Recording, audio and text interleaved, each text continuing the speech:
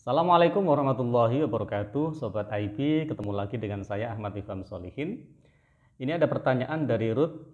Bagaimana cara memilih produk investasi yang berbasis syariah, Pak, dan menghindari produk-produk non syariah atau konvensional? Ini simple ya. Jawabannya ya simple. Pakailah lembaga bisnis atau lembaga keuangan yang berbasis atau berlabel syariah. Misalnya ada bank syariah, ada saham syariah, ada reksadana syariah. Kalau posisi kita sebagai pemodal, kalau di bank syariah kita bisa nabung. Nabungnya pakai akad mudharabah atau akad investasi. Kita sebagai pemodalnya, bank syariah sebagai pengusahanya. Nah, tabungan ini ada yang berjangka, ada yang sewaktu-waktu bisa diambil. Akadnya mudharabah ya. Ini sudah sesuai syariah. Yang akan diperoleh nanti adalah bagi hasil ya, akan diperoleh. Artinya yang namanya bagi hasil ini nanti hasilnya akan ditentukan berdasarkan realisasi hasil usahanya bank syariah. Kalau ini tabungan. Nah, kemudian ada deposito syariah ya. Deposito syariah ini ya seperti deposito yang pada umumnya saja fiturnya ya.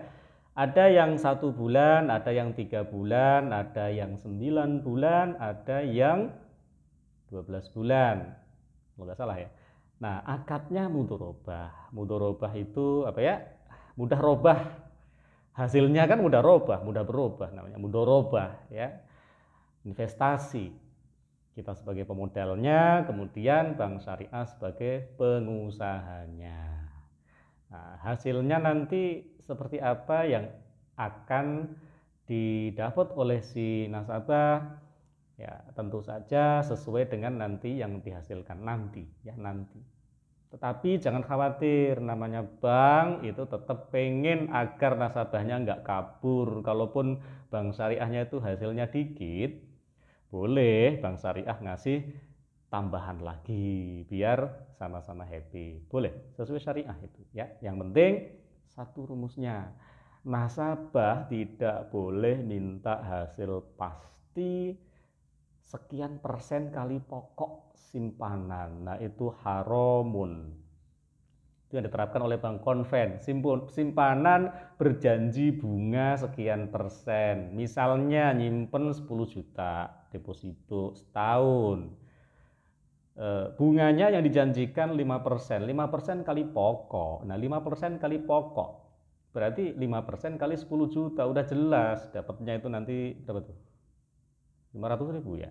Ya, kalau nggak salah 500.000 atau 50.000.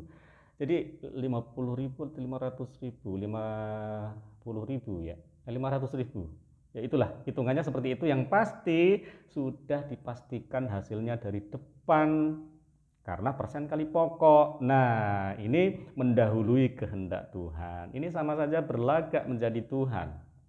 Duit belum diapa-apain sudah dijanjikan pasti sekian rupiah. Nah, ini salah satu perbedaan antara deposito syariah dengan deposito konvensional.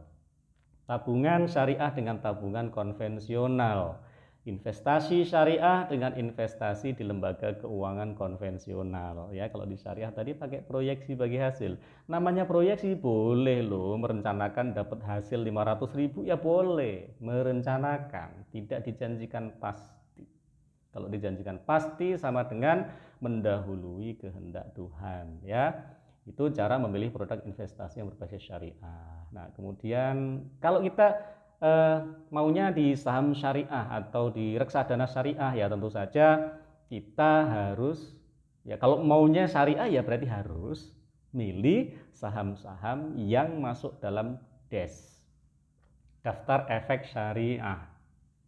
DES ini dikeluarkan per 6 bulan sekali, kalau nggak salah lewat OJK ya. Tentu saja koordinasi dengan Bursa Efek Indonesia dan Dewan Syariah Nasional Majelis Ulama Indonesia. Kalau nggak salah ada sekitar 600-an ya, hampir 600-an daftar efek di Indonesia. Separuh lah yang masuk dalam daftar efek syariah. Ya, pernah suatu ketika saya lihat 396 masuk ke syariah. Cuman karena ini berkala, per 6 bulan sekali, tidak menutup kemungkinan yang sekarang ini masuk dalam daftar efek syariah ternyata nanti di per periode 6 bulan berikutnya nggak masuk. Nah, ini harus kita tinggalkan juga meskipun nanti ada proses. Ya, jadi yang penting kalau sudah masuk dalam daftar efek syariah berarti ini sudah dicek oleh otoritas maupun oleh DSN MUI bahwa ini masuk kategori sesuai syariah. Nah, sesuai syariat Islam ini kalau urusannya dengan DES, daftar efek syariah, saham syariah gitu ya, ini ada ketentuan. Ketentuan efek atau suatu lembaga dikatakan dia masuk dalam saham syariah adalah maksimal dia punya total utang ribanya itu 45%.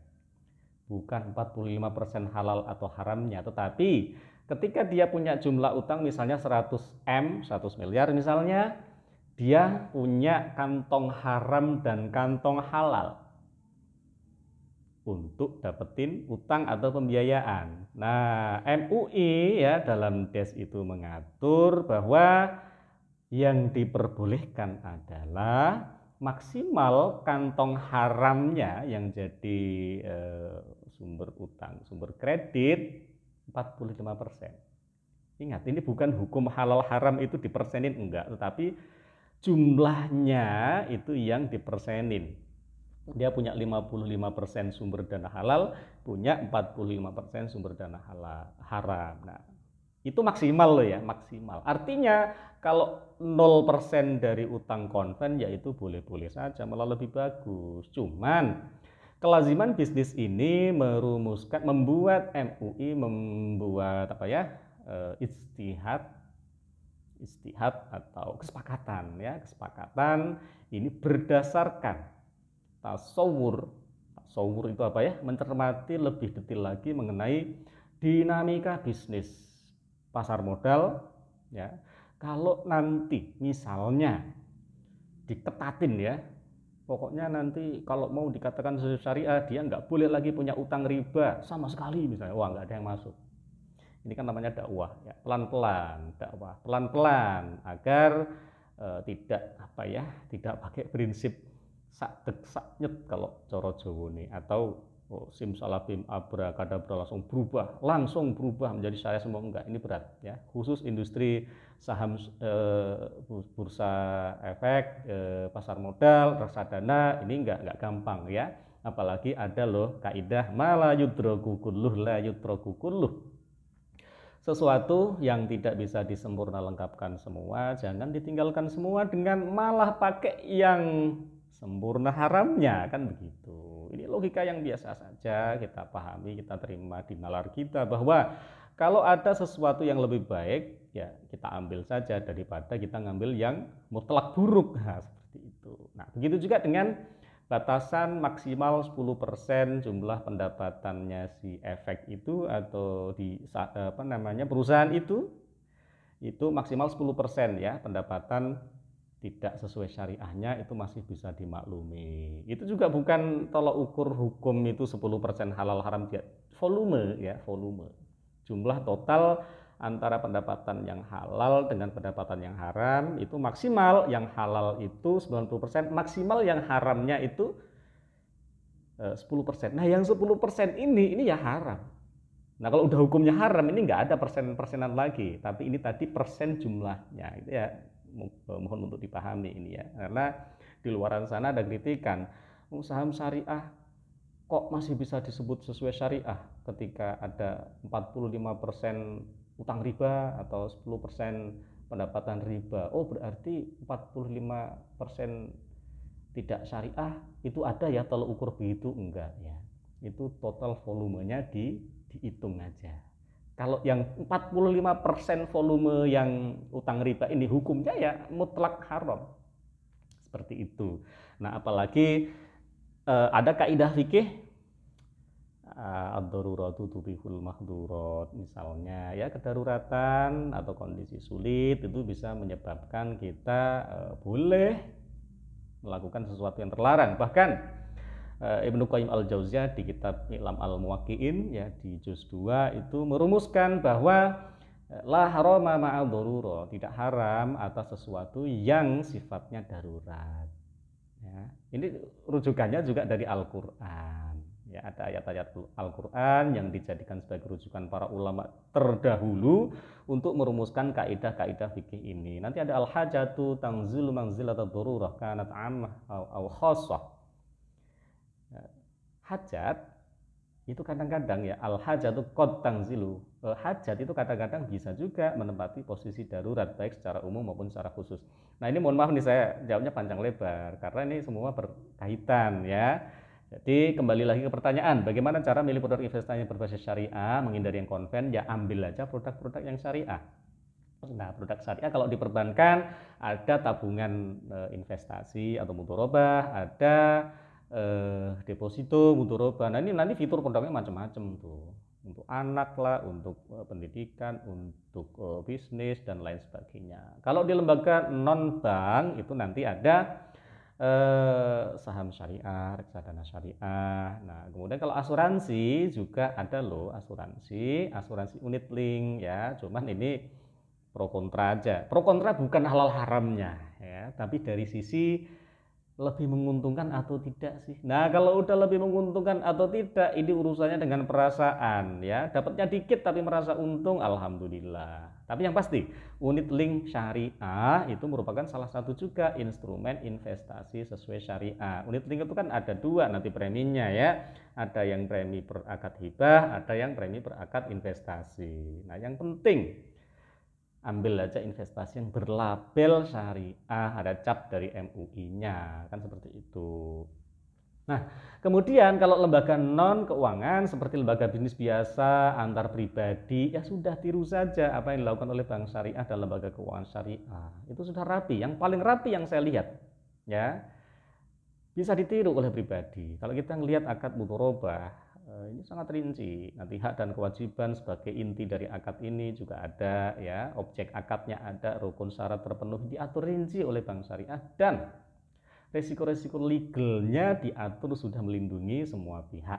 Nah, silahkan aja ke lembaga keuangan syariah, ke bank syariah. Nah, pertanyaan lanjutannya kan dalam kinerjanya apakah perbedaan yang mendasar bank syariah dan bank konvensional?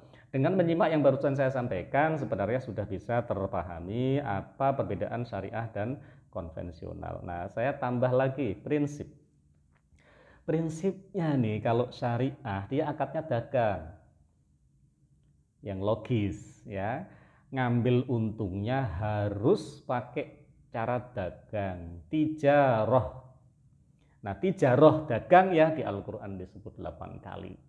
Tijaroh itu ada dua ya, kalau enggak jual beli ya kongsi, effort ya, amalur rajul biyadi. Rasulullah bilang bahwa sumber nafkah yang keren adalah perbuatan laki-laki atau seseorang dengan tangannya sendiri, wabai mabrur, dan jual beli yang mabrur, jual beli yang sah. Nah, itu perbedaan utamanya. Bank syariah itu mengacu pada hadis Rasulullah itu. Kalau mau ngambil untung harus dagang, sesederhana itu.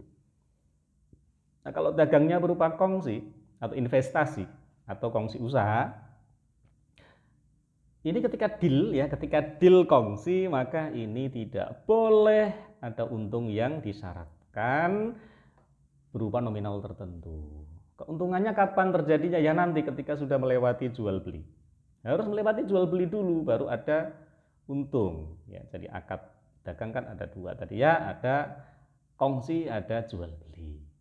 Jual beli ini bisa macam-macam, jual beli barang dan jual beli manfaat. Jual beli manfaat ini ada jual beli manfaat barang disebut jual beli fasilitas, atau jual beli atau sewa menyewa itu ya. Jual beli manfaat barang itu sewa menyewa. Kemudian ada jual beli manfaat perbuatan, ini jasa. Nah, itu semua jual beli barang, jual beli manfaat barang atau sewa menyewa atau jual beli fasilitas atau lagi jual beli manfaat perbuatan alias jasa, ini yang dipakai oleh lembaga keuangan syariah termasuk bank syariah. Nah, kalau konven hanya mengenal akad simpanan berjanji bunga atau kredit berjanji bunga, apapun peruntukannya hanya kenal itu. Ada lagi sih transaksi berbasis jasa kalau di konven, tapi transaksi berbasis jasa di konven menghasilkan fee based income yang dipakai untuk pesta riba. Jadi tetap saja ya, ayo tinggalkan konven ya. Saya bertahun-tahun sudah nggak pakai lagi rekening bank konven. 6 tahun. 6 tahun ya. Nah, selebihnya itu saya pakai konven itu hanya karena saya nerima royalti di Gramedia. Saya penulis Gramedia, ada 5 buku di sana, dan Gramedia maunya BCA waktu itu, rekening konven. Nah, oke, nggak apa-apa, saya buka rekening konven waktu itu, saya pakai, tetapi saya biarin. Kalau ada transferan masuk, saya ambil, saya pakai. Udah, nggak boleh nginep semalam. Itu dulu tahun 2010. Nah, sejak Gramedia oke, saya pakai syariah 2015 tepatnya, udah nggak pakai rekening konven jenis apapun lagi. Nah, karena itu tadi perbedaan prinsip ya antara bank syariah dan bank konven. Kalau bank syariah pakai akad dagang untuk ngambil untung, kalau bank konven hanya kenal akad riba. Akad riba itu simpanan bersyarat bunga atau kredit bersyarat bunga. Nah, ini riba. Wa amal qard bisyarti jari naf'in limuqrid fa fasid li khabari kullu qardin jarra manfa'a wa riba. Yanatu Talibin juz 3 halaman 53 pojok kiri. Bisa dilihat. Ketika ada utang bersyarat manfaat bagi pemberi utang, itu riba qard atau riba utang. Ya, itu di kitab klasik itu. Nah, kitab kontemporer juga senada malah. Kalau kitab kontemporer, saya sengaja ngambil kitab klasik karena biasanya kitab klasik itu masih apa ya, masih indigenis gitu ya. Nah, kalau kontemporer itu ya keren juga, cuman biasanya banyak pemikiran-pemikiran yang banyak permakluman. Nah, sorry itu kadang seperti itu. Makanya kita kombinasikan kitab klasik dan kitab kontemporer. Itu bedanya. Terus satu lagi, kalau lembaga keuangan syariah atau bank syariah, kok dia pakai akad berbasis tabarru atau berbasis minjemin gitu ya, maka dia nggak akan mensyaratkan kelebihan pinjaman. Ini prinsip. Dan nanti jangan gagal paham ya. Dan teman-teman, kalau transaksinya di bank syariah, kok bank syariah ngambil untung, itu akadnya pasti dagang. Ya, tidak bisa tidak. Makanya jangan terus simpulin kalau ke bank syariah minjem duit, enggak, itu nanti akadnya dagang loh kalau ngambil untung bank syariahnya itu. Ya. Nah, kalau kita sudah salah persepsi, oh nanti bahaya. Ya, nah itu nanti kita bahas di bagian-bagian selanjutnya. Ini ada pertanyaan banyak. Ini baru satu yang kita jawab. Ini oleh-oleh dari seminar kemarin di Tegal. Ya, menjawab tudingan miring pada bank syariah. Wallahu muwaffiq ila aqwamit thoriq. Assalamualaikum warahmatullahi wabarakatuh.